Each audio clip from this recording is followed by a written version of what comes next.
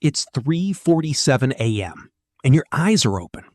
You didn't set an alarm, your phone didn't buzz, there was no sound, no dream, no reason.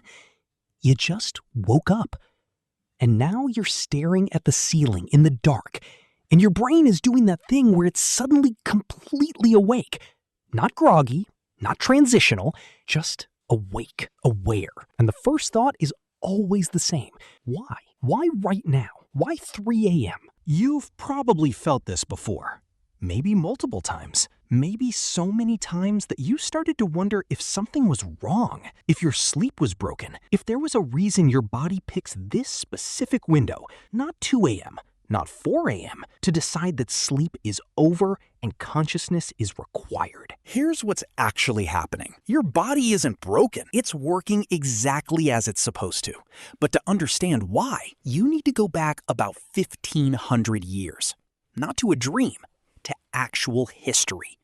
Before electric light, before electric heat, before you could control your environment, humans slept differently than you do now. Historians and anthropologists call it biphasic sleep, and it looked like this. You'd fall asleep around 8 or 9 p.m., early because it was dark, and darkness meant sleep. Your body would sleep for about 4 hours, deep sleep, essential sleep, the kind your brain still needs. Then, around 1 or 2 a.m., your body would wake up, not fully, just enough, and you'd be conscious for 30 minutes to an hour, sometimes 2. You'd lie in bed. Sometimes you'd stare at the dark. Sometimes you'd walk to a fire. Sometimes you'd talk to whoever else was awake. Sometimes you'd sit alone with your thoughts. Here's where it gets interesting. Your sleep isn't random. Your body runs on something called a circadian rhythm, a 24-hour internal clock that's controlled by light, temperature, and something called the suprachiasmatic nucleus in your brain. This is the master clock. It tells everything else what time it is. It tells your cortisol levels when to spike. It tells your body temperature when to drop. It tells you when to be awake and when to be tired.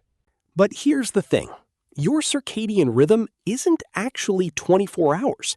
It's about 24.5 hours, which means your body naturally wants to sleep a little bit later each day. And left to its own devices, without sunlight or clocks or obligations, humans will actually sleep in 2 distinct blocks. This is what happened in studies where people were kept in caves or bunkers with no light cues. They'd sleep, wake up around 1 to 3 a.m. for an hour or 2, then fall back asleep. They did this consistently. The biphasic pattern emerged naturally. When you wake up at 3 a.m., what's happening is that your first sleep cycle is ending. Your brain has gone through multiple 90-minute cycles of NREM sleep, the deep stuff your body desperately needs for memory consolidation and physical restoration. You've gotten about 4 to 5 hours of solid sleep. Your body has restored itself, and the architecture of your sleep is telling your brain time to transition. This transition is called a sleep fragmentation point, and at this point, your cortisol starts to rise. Your core body temperature starts to climb. Your brain starts to shift toward wakefulness. And if your environment has any stimulation, a sound, a worry, the thought that just occurred to you, your partner moving, a dream you're pulling yourself out of, your body tips into wakefulness. You're awake. It's 3 a.m. Your first thought is, why? But the real answer is, because you're human, and your body still remembers how to sleep like humans used to sleep. But here's where modern life complicates this. You're probably not sleeping in 2 deliberate blocks anymore. You're trying to sleep for 8 straight hours because that's what you've been told is normal. You're going to bed at 11 p.m. or midnight. You're trying to stay asleep until 6 or 7 a.m.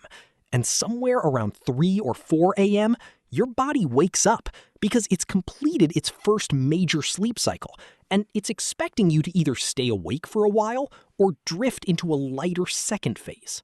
Except you don't want to stay awake, and the pressure to get 8 hours of continuous sleep is real in your head now. So when you wake up at 3 a.m., panic starts to set in. You think, I've only slept for 4 hours. I need 8. If I don't fall back asleep right now, I'll have failed at sleep. And the moment you start thinking that, the moment anxiety enters the equation, you've basically guaranteed you're not falling back asleep quickly. Because anxiety raises your cortisol. Cortisol promotes wakefulness. And now you're in a feedback loop. You're lying there at 3:15 a.m., very aware that you're awake, very anxious about being awake, and your body is essentially saying, okay, stay awake then. Here's more cortisol. Here's alertness. Here's full consciousness, because clearly this is an emergency. It's not an emergency. Your body is just old. Here's something else that's happening at 3 a.m. You're at a vulnerability window. In the pre-industrial era, 3 a.m. was a dangerous time. It's the deepest part of night. It's cold. It's dark. It's when predators hunt. And your ancestors who randomly woke up and were alert at 3 a.m. had a better chance of noticing danger before it arrived. So your 3 a.m. wake up isn't a malfunction. It's a feature that's still running even though the world it was designed for doesn't exist anymore. Your body wakes you up. Your cortisol spikes. Your alertness peaks. You're ready for a threat that isn't coming.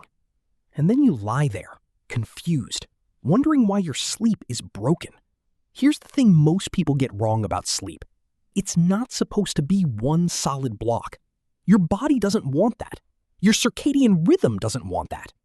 The only reason you want that is because that's what modern life demands. But your neurobiology is still running on ancient settings.